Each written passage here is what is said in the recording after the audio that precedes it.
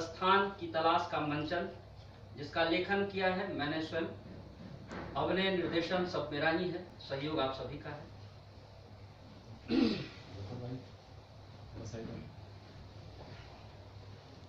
पिछले कई दिनों से बारिश हो रही थी। जब उमस के बाद पहली बार मेघ लगा तो पूरे हरदिया गांव में खुशी की लहर दौड़ गई। अरे बादल बादल! लेकिन अब गांव में कम ही लोग बचे। ज्यादातर घरों में ताला लगा हुआ है। लोग रोजगार के चक्कर में दिल्ली और मुंबई जैसे महानगरों में घिस पिट रहे। जो बचे वो यहाँ घुट रहे। युवाओं के लिए गांव में कोई खास आकर्षण नहीं है। वो लोग IIT, BBA, MBA की तैयारी के लिए शहरों में जाकर पढ़ाई कर रहे हैं। हाँ, युवाओं के नाम पर कुछ घरों में कुछ लड़कियां बच गई। और जनसंख्या की दृष्टि से देखें तो कुछ बूढ़े वृद्ध लोग या फिर कुछ उपेक्षित समाज के तबके, ऐसे ही कुछ परिवारों का गांव रह गया है। राम नारायण ने आसमान की ओर देखा। उसे कुछ आस से पिछले दो वर्षों से सूखा ही पड़ रहा था। इस बार यदि बारिश हुई तो फसल अच्छी होगी, और जब फसल अच्छी होगी तो कुछ पैसे आएंगे। जब पैसे आएंगे ना तो घर का जो पिछला दीवार है वो गिर रहा है, कहीं इस बारिश में गिर ना जाए। उसे इस बार ईंट का बनाऊंगा और पुनिया की बेटी के लिए कुछ पैसे जुगाड़ रखूंगा। राम नारायण पुश्तैनी हजाम। जब वो किशोर था, यूं कहें कि किशोर से जवानी तक उसने हजामत का ही काम किया। बड़ा अच्छा काम लगता था उसे अपना। बैठे रहो, हजामत करते भी रहो और बात भी करते रहो। अरे अविनाश भाई, अरे सुने हैं कि भारत के प्रधानमंत्री कह रहे हैं कि हम पाकिस्तान को उड़ा देंगे। अरे हाँ, पाकिस्तान हमारा दुश्मन है। हमारा दुश्मन?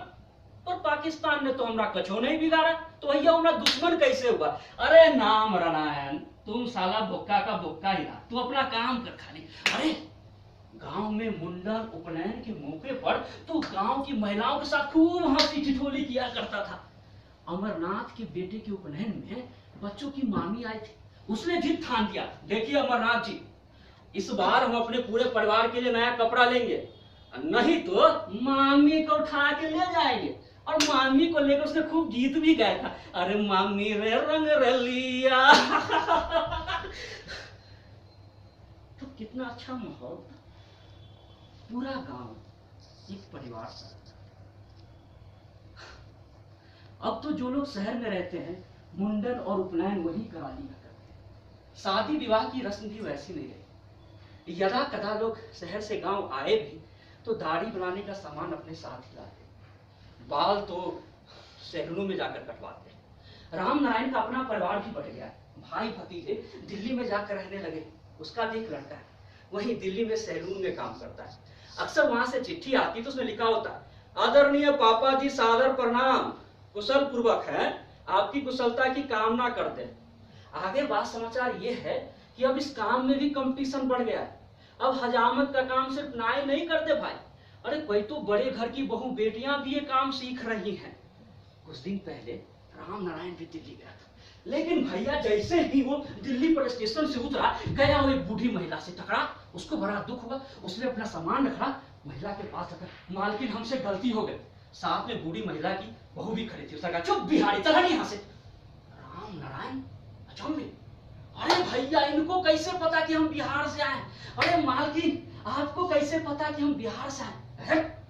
सारे गधे बिहार से ही आते हैं। राम नारायण को ये बात नहीं पता कि गधे सिर्फ चौपाए नहीं होते। दिल्ली वाले लोगों के लिए बिहार से आने वाले दुपाए भी गधे ही होते। उसका दिल्ली में थोड़ा भी मन न लगा। वहां एक अजीब अफरा तफरी मची रहती है हर काम की जगह। अबे जल्दी कर, बनाता क्यों नहीं? देखता नहीं, मजा नहीं आता। ऐसी अफरा तफरी जैसे गांव में आग लगी हो कहीं पर।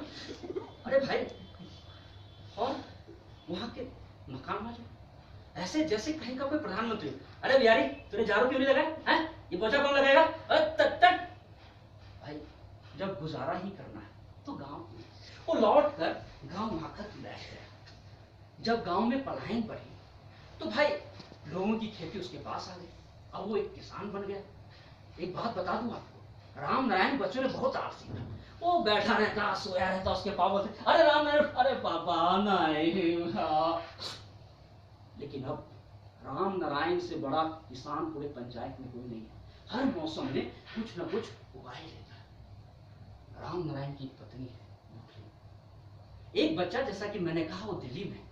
एक बेटी है पुनिया, 15-16 साल की, 10वीं में पढ़ती है। दूसरा बेटा महेश, बड़ा शरारती है, उदंड, दिन भर खेलने में मशगूल रहता है। और एक खुशखबरी भी आई, अभी 2 महीने पहले ही राम नारायण को एक और बच्चा हुआ है। कुल मिलाकर उनका परिवार खुशहाल है। खेती भी अच्छी हो जाती है, लड़का भी कुछ न कुछ पैसा भेज देता है। बस वो अपनी जिंदगी में मस्त है।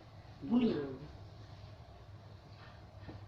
सावला रंग, लंबा कद, बड़ी बड़ी मतवाली आंखें। जो भी उसे एक बार देख ले उसकी तबीयत मस्त हो जाए। इसकी चिंता अब राम नारायण को भी होने लगी है। जब से वो बड़ी हुई है, गांव के आवारे लड़के उसी के घर के आगे आके चक्कर लगाते रहते हैं। अब कल की बात, दोनों बाप बेटी पुपरी बाजार गए थे। लड़के वहां गाना गा रहे थे। अरे कभी कोई रात तुम मेरे साथ गुजार, सारी रात मैं करूं तुमसे प्यार। अबे क्या कर रहा है? अरे चाचा गाना गा रहे हैं, फिल्म का है, तुम्हें कोई प्रॉब्लम है क्या?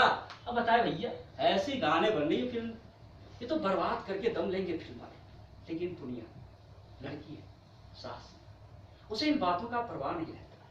वो चुपचाप आंखें नीचे की अपना काम करती है। जैसे वो कहावत है ना कि कुत्ता भूखे 1000 हाथी चले बाजार। राम नारायण ने देखा बारिश की धारा कुछ तेज ही आने वाली है। उसने अपने बेटे महेश को आवाज दी, महेश, अरे महेश। अब महेश घर में हो तब तो सुने, वो तो निकल पड़ा था फुर। पुनिया दौड़ी आई, क्या बात है पापा, ये महेश कहाँ है?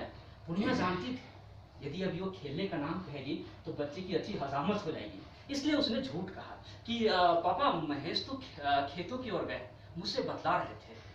महेश है शरारती, दिन भर खेलता रहता है, लेकिन खेतों का बड़ा ध्यान रखता है। अरे भाई, ये उम्र है खेलने की, अगर इस उम्र में ना खेलेगा कूदेगा तो कब खेलेगा? अब मेरी उम्र तो खेलने कूदने की रही नहीं। पुनिया ने पूछा, पापा कोई काम है क्या?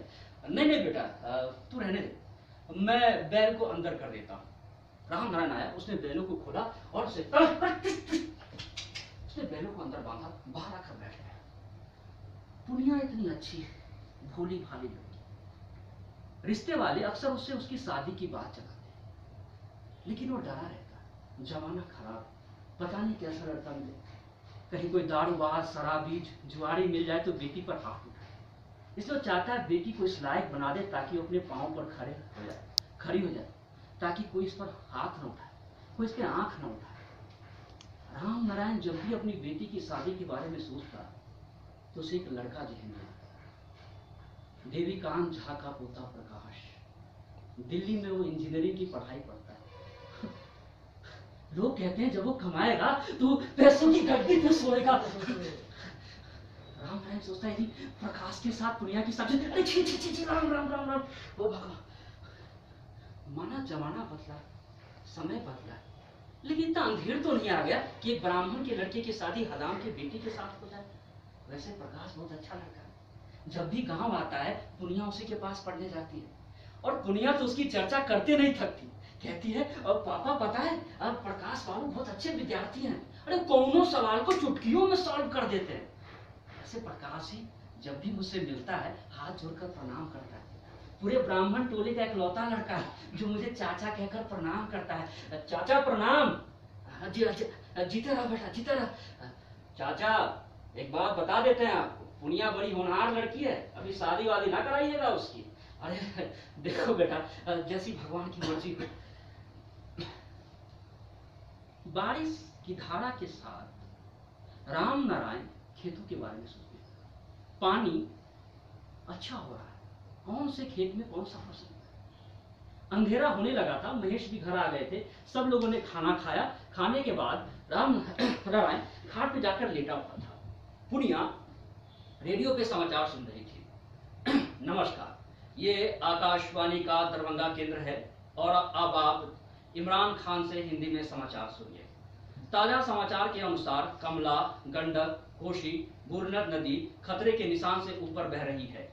आप लोग अपने घर में सावधान रहें। घर में सावधान? हम अपने घर में हैं और घर में सावधान रहने की क्या जरूरत है? बात आई गई हो गई, सब लोग बैठकर सो गए। जब सवेरे जागा तो उन्होंने देखा, रामनारायण ने देखा बारिश हो रही, इतनी मूसलाधार बारिश उसने अपनी उम्र में आज तक नहीं देखी थी। उसने मिट्टी को दबा के देखा, दलदल अच्छा बना था, खेत में हाल अच्छा हुआ। उसने सोचा बैलों को लेकर खेत पर चलते हैं। वो दौड़ा, बैलों की तरफ बीबी घुसाई। अरे पगला गया होगा, अरे पूछते नहीं हो, इतना तेज बारिश हो रही है और तुम चले खेत को, बैल को लेकर खेत पर। अरे जब धारा कम हो जाए तब चले जाना। राम नारायण भी बात को समझा। वो कंबल लेकर दरवाजे पर आकर बैठ गया। पुनिया रेडियो सुन रही थी। सीतामढ़ी में बाढ़ की भयंकर स्थिति है, लोग अपने अपने सुरक्षित स्थानों पर पहुंच जाए। सुरक्षित स्थान? महेश बोल उठा, पापा सुरक्षित स्थान क्या होता है? अब भैया राम नारायण को क्या पता, वो तो अपने गांव अपने घर को सुरक्षित स्थान मानकर दिल्ली जैसे शहर से यहाँ चलाया था। अब घर छोड़कर दूसरा नया कौन सा सुरक्षित स्थान हो सकता है? लेकिन बाहर अपनी अफरा तफरी मची हुई थी। अरे भागो, अरे भागो, अरे भाग भाग जल्दी भाग, अरे भाग। राम नारायण बाहर दरवाजे पर आया। अरे एक को पहचान कर पूछा, कहा हो गणेश भाई, क्या हुआ? अरे राम नारायण चाचा, अरे बुरनत छड़की तोड़ देलखिन, अरे बुरनत छड़की तोड़ देलखिन, अरे आप का होई? अरे कुछ ना हो चाचा, जल्दी से सामान लो और भागो पुपरी लाट फार्म की ओर। राम नारायण घर में घुसा, उसने सामान लिया, उसने महेश ने बैलों को खोला, पुनिया ने पाठी को लिया और भूखली नवजात शिशु को लेकर सब भागे पुपरी लाट फार्म की ओर। भागो भागो।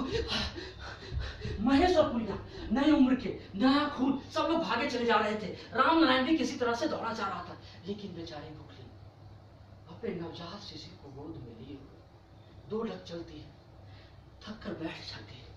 अरे अरे भूखली, कदम ताल भेनी भाग, देख पूरब दिशा में सब कुछ बिला रहा है। अरे वहां में तो भगवान जी का मंदिर विराजे है ना। अरे मूर्ख है ना तू पगली। अरे जब पूरा डूब गया, पुखरवीरा डूब गया, सहरसा डूब गया, तो भगवान जी का मंदिर की तू चिंता करने चली है। अरे चल, अगर जब मरना है तो हम ये मरेंगे। हमारा बच्चा भी दूध पीने के लिए मचल रहा है। अरे पगली, हमें तो अपने बच्चे के खातिर ही तो भाग में पड़ी ना। हाँ? और देख बच्चा दूधों पी रहा है कि खाली अधर, और हमेशा तुम्हें मजाक सोचता है। दोनों भागे पुपरी प्लेटफॉर्म की ओर। भागो भागो, पानी। पुपरी प्लेटफॉर्म अंग्रेजों का बनाया प्लेटफॉर्म, रेलवे स्टेशन, अभी तक का सबसे ऊंचा है। वहां पर जाकर लोगों को राहत मिली। वहां भी भीड़ थी, जहां से भी लोगों को खबर मिल रही थी वहीं आकर इकट्ठा हो रहे थे। जिसे जो जगह मिली वहीं जाकर पसर गया। 1 दिन बीता, 2 दिन बीता, 3 दिन बीता। लोगों को लगा कहीं ना कहीं से मदद तो जरूर आएगी, कहीं से कोई खबर लेने वाला जरूर आएगा। लेकिन चौथा दिन भी गुजरा, कोई नहीं आया। लोगों की अंतड़ियां भूख से तड़पने लगी, पीड़ा बढ़ने लगी। राम नारायण, भूखा हो तो कोनो उपाय कर। और ये कैसे हुए कि हम कुछो से कुछो खा ले? वो नदी कछाड़ पर अध जला मुर्दा जानवर। हम मनुख हैं, मनुखाई कैसे छोड़ देंगे? मछली लाएंगे, पकाएं, जहां से भुखली के तन में दूध टपकेगी। सो गए। भूख, थकान और चिंता से निंदाता है। अरे अंधी है ये नदी, अंधी, जहां में सब कुछ बिला गया। जैसे वो भूथा गांव का बच्चा समा गया ना। वो छप्पर पे एक तो बच्चा के बगल में चांदी का कटोरा, उनमें दूध भार, बगल में काला कौआ, छप्पर के कमची से लपटाया हुआ काला भुजंग सांप, सब बिला गए। देखते देखते नदी में, धार में, अरे दूध, हर हमेश खराब रहता है तुम्हारा माथा। मगर तू अपना काम करेगा ही करेगा, तो हम काहे बैठ बैठ के रोएंगे? भैया पेट भूख से फनफनाए तो मेहनत कर। सो राम नारायण कहां भाग गए? भुखली, तू जागेगी तो देखेगी कि मैं कैसा करता हूं शिकार। देखेगी ये लपलपाती नदी, देखेगी जलधार। राम नारायण बचपन से बच्चे संतानी था। कई शौकों में से उसका एक शौक ये था कि अगर नदी में, पोखर में, तालाब में कहीं भी मछली छपाक से मारे, वो बर्छी मारता और मछली को फेंक डालता था। उसे अपने इस बर्छी संतानी पर विश्वास था। वो लगा अपनी बर्छी को पिजाने। टन टन कीजिए। रात के 10 बजे अचानक से पानी में छपाक हुआ। राम नारायण ने पर्ची उठाया और सीधा भेंट डाला। उसके पास था शिकार जिससे पेट भर सकता था अपनी पत्नी का, अपनी बेटी का, अपने बेटे का और खुद अपना भी। आज वो खुश है। वो दौड़ा अपनी बुकली को, बुकली देख देख मेरे पास क्या है। बुकली बुकली सोई हुई थी। बुकली जागी। जागते समय बच्चे को टटोला। बच्चा, उसने देखा बच्चे की ओर। बच्चे में उसका अंग बीता हुआ था, उसका प्यारा बेटा। अरे राम नारायण, तूने क्या किया? अरे अपने कलेजे के टुकड़े को तूने पीट डाला। बुकली बर्दाश्त नहीं कर पाई। वो दौड़ी और पानी में जाकर खचा।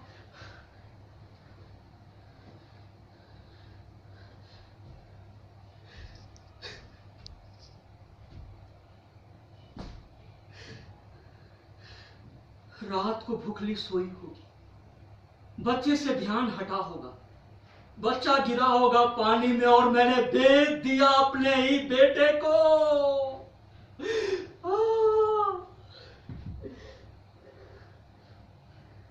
राम नारायण भी मर जाना चाहता था उसी बर्ची से अपने आप को बींध डाले, लेकिन उसे जीना था। उसकी बेटी थी, उसका बेटा था। अब उस पर दोहरी जिम्मेदारी, लेकिन उस जिम्मेदारी को कैसे पूरा करेगा? लेकिन अब मदद तो आएगी ना।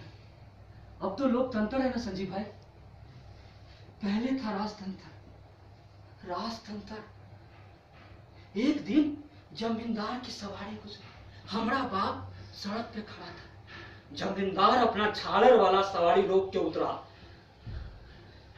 अरे तू नीच जाति का होकर हमरे सामने कैसे खड़ा है? उतर जमीन से, उतर। अब प्रमोद भाई तू ही बता, जमीन पर खड़ा आदमी जमीन पर से कैसे उतरे? सो हमरा बाप अधरतिया तक जमीन पर उछलता रहा।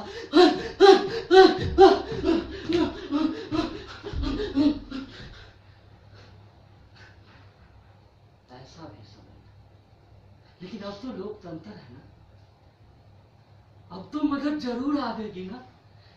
तभी गणेशी दौड़ा हुआ है। अरे राम नारायण भाई, देखो भाई, पुराने दुखों को भूलो, अपने बच्चों को संभालो। हमने सुना है कि अवापुर में एक बाढ़ राहत शिविर बनाया गया है, वहां चलते हैं, वहां हमारी अच्छी देखभाल होगी। राम नारायण उठा। वहां जाने के लिए शर्त थी कि अपने पशुओं को मुक्त करना। राम नारायण उठा, बैलों की ओर मुड़ा। उसने अपने बैल खोले, उन्हें मुक्त किया। वो लौटा पाठी की ओर, लेकिन पाठी शायद अपने हालात को समझ गई थी, इसलिए वो पुनिया की गोद में पूरी तरह से चिपकी हुई थी। राम नारायण की हिम्मत नहीं हुई पाठी को खींचकर उसे मुक्त कर। राम नारायण भी अपनी बैलों से इतना ही प्यार करता था। वो दोनों तो इसके कदमों की आहट तक पहचानते थे। भोरभरवा से लेकर 3 बजे तक खेत जोता रहता था और कभी दोनों चैन चुपर भी नहीं करते थे। लेकिन आज उसे मुक्त करना पड़ा। जीने की लालसा में उनको जो उनका अन्नदाता था। सभी चले, थके हारे, खोए हुए, निराश, आवापुर की ओर। जाने का सिर्फ एक रास्ता, रेलवे लाइन। दोनों तरफ से पानी की झंकार, पानी टक्कर मार मार कर लाइन को अपने भीतर समेटने के लिए तैयार। दूर कहीं खंभे पर एक पटरी लगी हुई थी। पटरी पर लिखा हुआ था, सावधानी हटी दुर्घटना घटी। पता नहीं पटरी किसने लगाई गई थी और आज क्या काम दे रही है। चलता रहा, सब चल रहे थे। राम नारायण का बेटा महेश था तो शरारती, लेकिन अंतरियां दूर चुकी थी। दिमाग से नियंत्रण हट चुका था। वो भाग रहा था, कभी इधर कभी उधर। भूखा पेट पता नहीं कैसे पत्थर से टकराया और वो फिर से पानी में।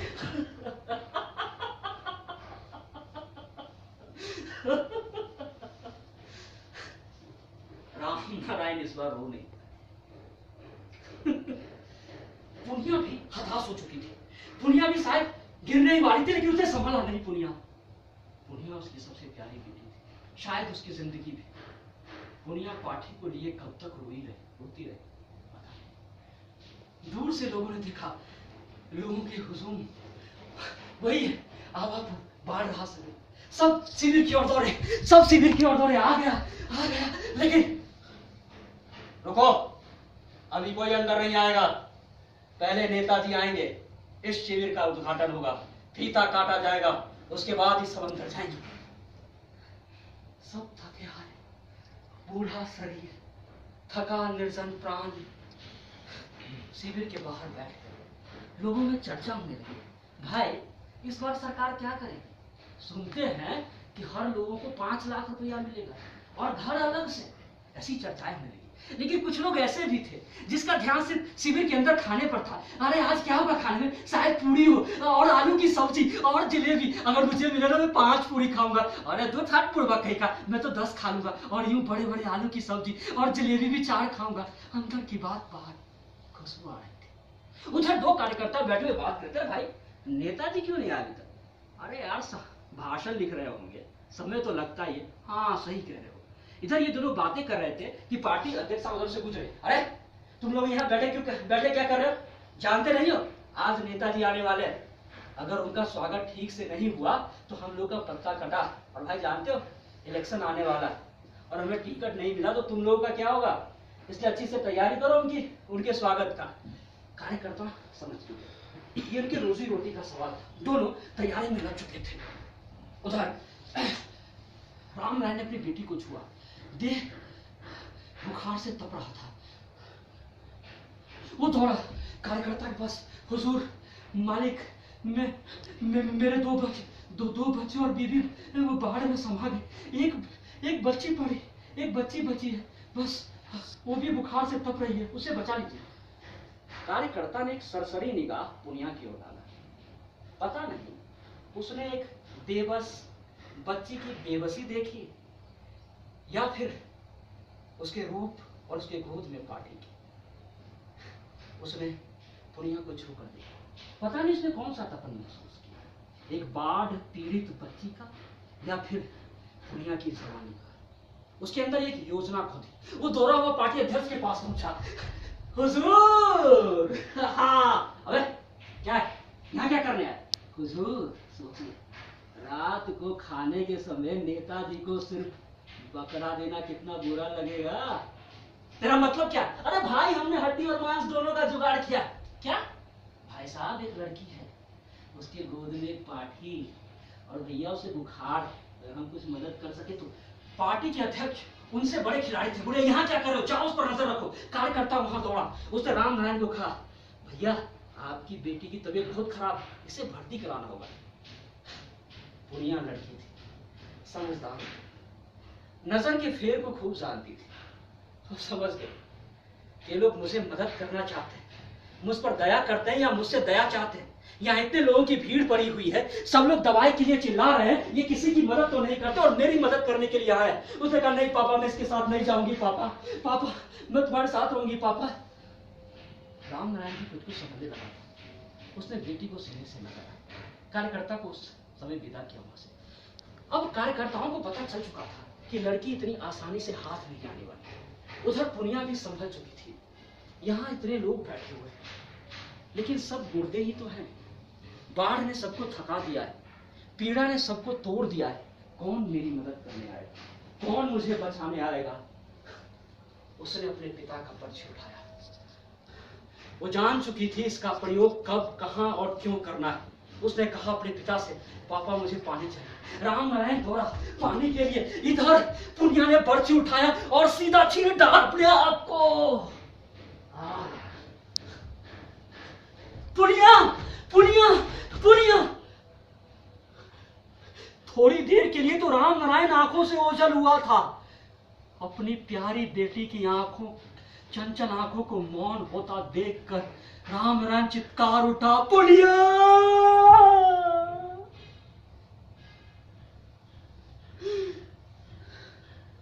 नेताजी आए, रिबन काटा गया, उन्होंने भाषण दिया।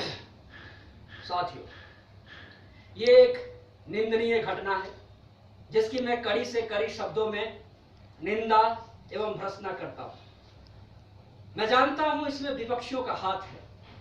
हमने बाढ़ से पीड़ित लोगों के लिए बाढ़ राहत शिविर बनाया, फिर भी विपक्षियों ने यहां पर अपनी हद दिखाने की कोशिश की है। कार्यकर्ताओं ने कहा कि लड़की बीमार थी, शायद तकलीफ बर्दाश्त नहीं करता। अगले दिन समाचार पत्र में एक खबर प्रकाशित हुई। अवापुर जिला सीतामढ़ी में भारतीय सरकार के द्वारा एक बाढ़ राहत शिविर का आयोजन किया गया है, जिसमें बाढ़ से प्रभावित लोगों के लिए खाना पीना रहना और मुफ्त स्वास्थ्य संबंधी सुविधाएं उपलब्ध करवाई जाएंगी। और इधर राम नारायण ने अपना माथा पीट लिया। यदि सुरक्षित स्थान की तलाश के चक्कर में वो घर से न निकला होता तो कम से कम सब साथ में तो मरते।